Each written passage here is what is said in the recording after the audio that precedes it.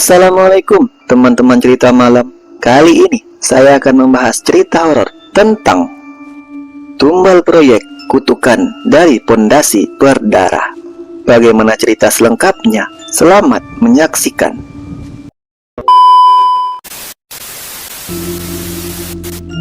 Di sebuah desa terpencil yang bernama Karangjati, sebuah proyek besar pembangunan hotel dan pusat perbelanjaan akan dimulai. Lokasi proyek itu berada di atas tanah bekas hutan kecil yang dulu dianggap sakral oleh warga. Tempat itu disebut Alas Wiru, hutan larangan yang dipercaya dihuni oleh makhluk halus dan arwah penjaga. Sejak zaman kolonial, warga dilarang menebang pohon besar yang tumbuh di sana, terutama sebuah pohon beringin tua di tengah-tengah hutan. Namun, bagi para investor, tanah ini strategis, letaknya di pinggir jalan utama, tidak jauh dari pusat kota. Dan bagi Sumarno, sang kontraktor, keuntungan adalah segalanya. Ia tak peduli dengan mitos atau larangan leluhur. Jangan percaya tahayul, katanya sambil tertawa. Kita butuh kemajuan, bukan cerita hantu.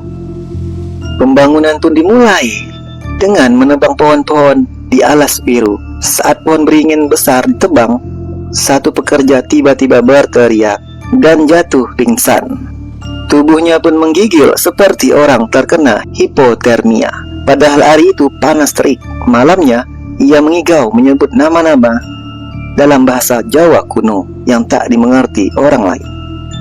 Setelah kejadian itu, satu persatu kejadian aneh pun terjadi. Truk pengangkut material mengalami remblong tanpa sebab. 3 pekerja hilang saat menggali pondasi. Tubuh mereka tak ditemukan. Seorang mandor ditemukan tergantung di dalam kontainer. Padahal malam sebelumnya ia sehat dan ceria. Warga pun mulai resah dan meminta proyek dihentikan. Namun Sumarno bersikeras melanjutkannya. Ia percaya masalah ini hanyalah kebetulan atau sabotase saja. Ketika kerugian makin besar karena proyek tertunda, Sumarno diam-diam menemui seseorang dukun tua yang bernama Mbah Jono. Dukun itu tinggal di kaki gunung Tela Maya. Ia dikenal ahli dalam hal persugihan dan pengunci tanah angker. Ada penghuni yang marah, kata Mbah Jono dengan suara berat. Tanah itu minta tumbal kalau ingin lancar. Beri mereka apa yang mereka mau. Sumarno terdiam, tapi ambisi menutup nuraninya. Apa yang mereka mau? Kata Sumarno. Mbah Jono pun menjawab, darah manusia. Tapi bukan sembarang darah. Harus seseorang yang kau kenal dan bersedia secara tidak sadar. Sumarno memutuskan memilih adiknya sendiri yang bernama Rinto, seorang mahasiswa yang baru lulus dan selama ini ditampung olehnya di rumah. Ia menyuruh Rinto mengantar logistik ke proyek dengan alasan membantu. Dan pada saat itu juga Rinto tidak pernah kembali. Polisi hanya menemukan mobilnya yang terguling di tepi jurang, tapi tubuhnya tidak ada. Anehnya, malam itu hujan deras turun hanya di lokasi proyek saja. Tanah yang tadinya kering kini menjadi lumpur seperti darah. Keesokan harinya, alat berat yang sempat mogok selama seminggu mendadak bisa berfungsi kembali.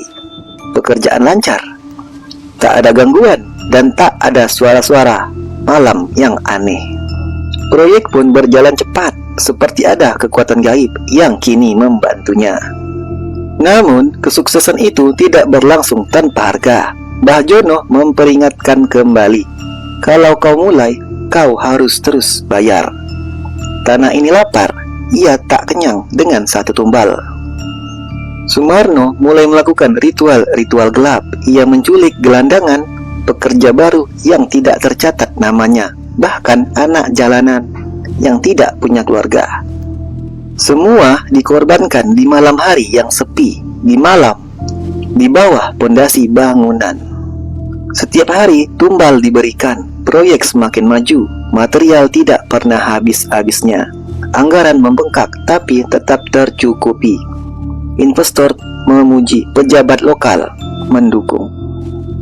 Tapi Sumarno mulai berubah. Ia tak bisa tidur setiap malam. Ia mendengar suara jeritan dari balik dinding.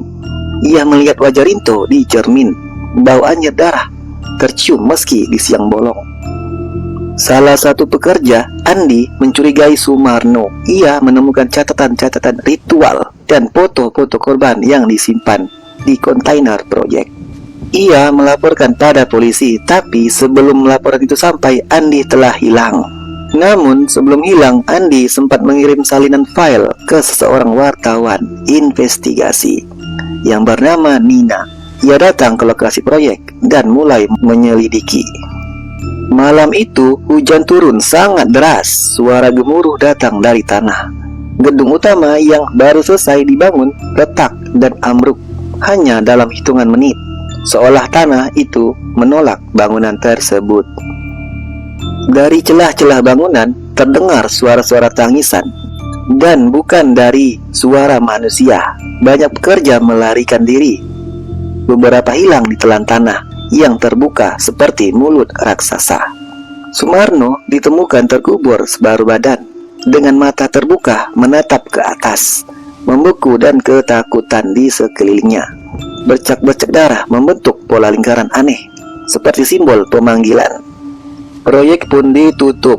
Lokasi itu kini dibiarkan terbengkalai. Warga desa kembali menabur bunga dan dupa untuk menenangkan arwah. Tapi beberapa malam orang-orang yang telah lewat masih mendengar suara mesin berputar.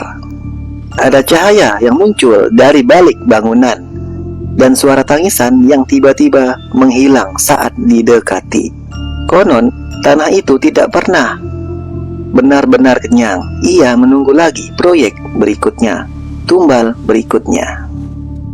Ambisi tanpa batas bisa menuntun pada kehancuran ketika manusia mengabaikan batas antara dunia nyata dan dunia gaib.